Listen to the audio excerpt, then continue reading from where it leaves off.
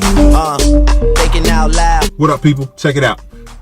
What I want you to do is check out this video and go ahead and look in the description box down below this video. There's going to be a link to a person's page. His name is Mr. Mitty. Shout out to him. He shares a lot of different videos, lots of information put out there. And he shared this video.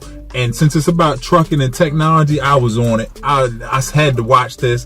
It's actually pretty damn awesome. If you like that type of technological person, this idea is pretty damn decent, but it does have some issues being a driver, and I will talk about a few. So what I want you to do, take a look at this video and also go down in the description box. Go ahead and find the link, click on that, subscribe to Mr. Mitty channel. Now check this out, take a look.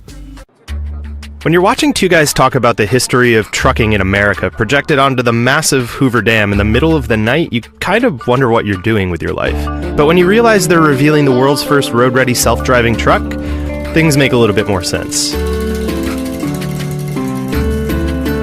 You might think that it's done by plane, or you may wish it were done by drones, but a lot of the goods in this country are still delivered by trucks. The problem is that big rigs are dangerous. They kill 4,000 people a year in nearly 500,000 crashes. Driver fatigue is a leading cause of these accidents, but it's a problem that Daimler has a pretty revolutionary solution for. The company basically took an existing version of one of its Freightliner trucks and installed what's called the Highway Pilot System. It's the same thing that powers the Mercedes future truck that we saw debut last year, and the technology that guides it is actually pretty simple. Just radar and cameras. Once the system becomes active, then it's fully autonomous, and it's steering, braking, and accelerating or decelerating as necessary to maintain control. We have two cameras that are mounted up into the windshield, and they use the white lines to determine the truck's position in the lane. Of course, if you don't have the white lines, you can still run in the normal ACC cruise control mode, and you can still run the truck manually. It's still safe to run it manually, and the truck will let you know when it doesn't see the white lines and when you're supposed to take over. That's actually a really important point. If the painted lines on a road aren't in good shape, the truck's autopilot just won't work. You have to make sure that there aren't objects in the way. You have to make sure that the roads are actually still well built out.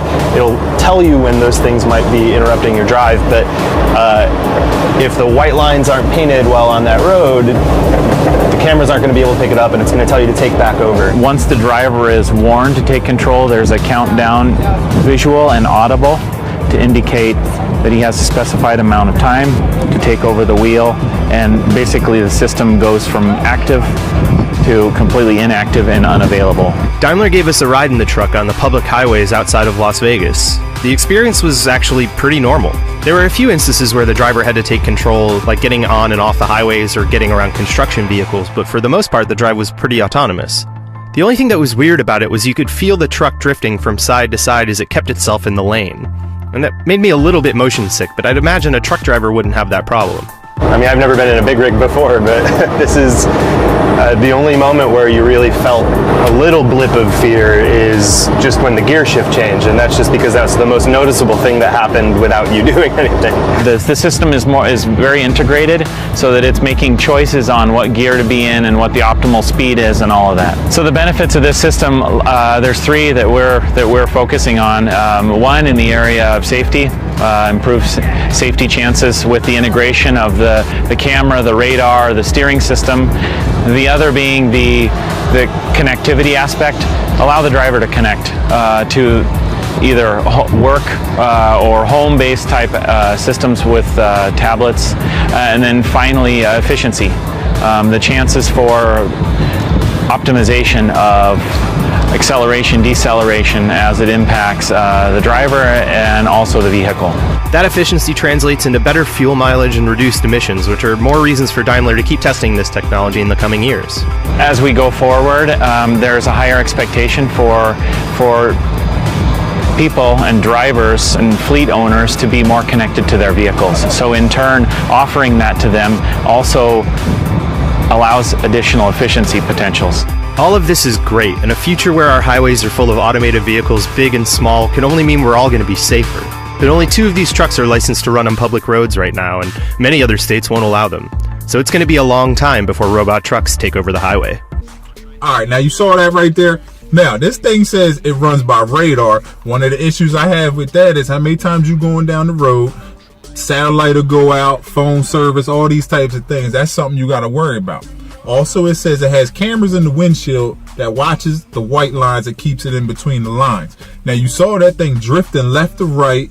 You end up doing that. You end up clipping mirrors of another truck. You could clip a car, anything that, you know, is coming up too close to you. Also, how does that work if it's wet out, raining, snowing, things like that, and it's drifting left to right? Next thing you know, this thing then slid across the road or jackknifed, or it got to the line. Now it yanked itself back the other way. You end up wrecking. You know what I'm saying? But other things, how many times have you been down the road and you've seen terrible, terrible lines? Now, it said that it has a countdown and a timer and a warning to let you know when the driver should take over. I want to know how long that is, because I can point out so many roads in this northeast corridor that I run in the East Coast. You be going down the highway, all of a sudden lines disappear. There's no lines whatsoever. So how long do you have? And it's not always on a straight road. It could be on a curve. Imagine you going around the curve. Now this thing then can't find a line. How long till the driver has to take over? Because, you know what I'm saying, the road's curving, this truck's still going straight in a certain direction waiting for you to take over, because the last thing you remembered, the lines was going straight. Things like that. Also, how many times do you see going down the road, they'll have the new lines and some old lines. They still there. They might be faded a little bit, but they still there. Is this thing going to register that line and the old line? You know how it kind of traffic might shift left, shift right, and you still got them old lines. It's going to recognize that line, put you in the wrong lane, cause accidents too. Some things I wanted to talk about. Another thing, it's talking about that the driver could still be in control, still be in there. Now, you're going to have already had trucks that $100,000, whatever, and they already have computer issues. So now you have this truck with a whole big computer brain running it and controlling it. How is that going to work? We already have computer issues and wiring issues. What happens when that thing malfunctions or has an issue and goes on? How long does the driver have until they really have to take control over? Also, as you're going down the road, they were talking about the fatigue of drivers. Now you're telling people and telling drivers that this truck will drive itself, and all you basically gotta do is look out for the alarm. There's gonna be drivers laying back in the sleeper, sleep, standing up, getting drinks, all type of stuff, or just in the seat, nodded out. Just nodded out. You ain't even gonna hear the warning, because now the drivers don't have anything to do. This truck gonna go down the highway. You know what I'm saying? Now, this also might be good for those like big giant Midwest states, big interstates that are in good condition. But over here on the Northeast and the Northeast corridor, that's not going to work at all. Not even a little bit. Also, how does this work with potholes? And I've seen some big giant craters that you kind of got to dip. Now, if this thing hits one of them potholes or them bumps, especially coming to New York City and things like that, North Jersey, oh, that's going to be a problem. And if it you don't get to that thing quick enough, how's that going to work? It's also using radar. What about the weather? The weather might affect the radar. You know how that can go when it's cloud cover. And if you got a Qualcomm in your truck, you know how long it could take for signals and messages to go through just with the Qualcomm. Now, also, the price of this is like one step closer to basically eliminating drivers completely. So, you take $100,000 truck, now you add this in and this expensive price. Now, if you getting companies that want to buy this, they got to go now spend more money to get this truck. In turn, now to make up that difference, they got to charge more to the customer just to haul their product around and deliver their product. Now, the customer has to pay more. So in turn, they got to figure out some way to cover their transportation costs. So now they're either raising prices in the store, or they're cutting wages from the people that will be there to unload it. They got to figure out some way. They're going to cut wages in the stores of the people that unload these things, because they got to cover the higher cost of these trucks to transport it. Products might cost more, all kinds of things.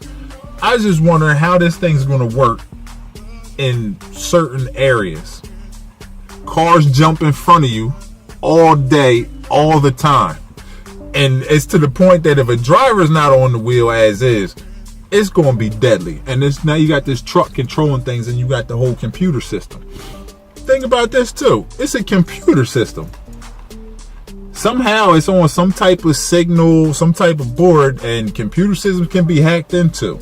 So now you carrying a hazmat load.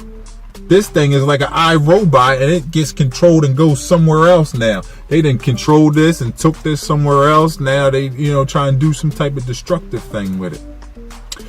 It doesn't look like it's going to be a good thing. It seems like many years away. And as they said, a lot of states will not even let them bring this thing out there, because obviously, if you drive in an area where there's a lot of a lot of traffic, this is not going to work at all. I'm sorry. It's a great idea, good technology. I love, everything that went into it, the manpower and the technology, but it's just not going to work. It's just not practical at all. Now, they worried about fatigue and everything with the drivers, and saying a lot of accidents are from fatigue.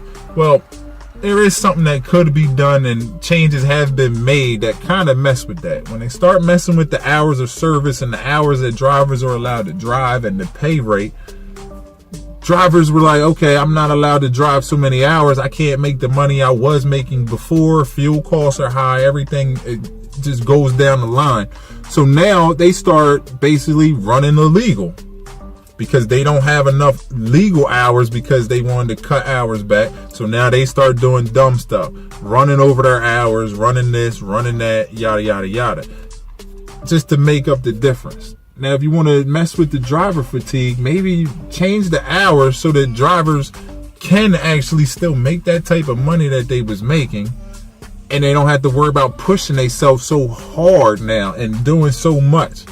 If you notice the difference, I mean, I know they put the regulations in because they wanted to try and make it safer, but you also started hurting people's pockets, people, companies going out of business, things like that. I don't know. Just let me know what you think. Any of the drivers out there, let me know what y'all think. And would y'all really want to drive this thing? Would you want the truck to be driving you around, and you basically sitting there doing nothing, which might cause you to fall asleep, not even hear this alarm? And then how long does it take for this alarm to even go off? Because, you going down the road, all of a sudden the lines disappear. How long do you have until it controls? Because thinking about it, you coming up towards a curve, that truck doesn't know the curve is there because it was on straight lines with the lines. So now, is it going to search for a line? If the lines dip out, is it now going, these cameras are going to be searching around for a line. This thing's going to be going left, going to be right, going to be going different directions. And by the time you get to the curve, how long do you have to try to get this thing turned and everything? I don't know. Some things just didn't really seem right with it. It's a good idea. I see where they trying to go with it. It's just not really practical, though. Let me know what y'all think in the comments about this. Also, check out the description box, Mr. Mitty.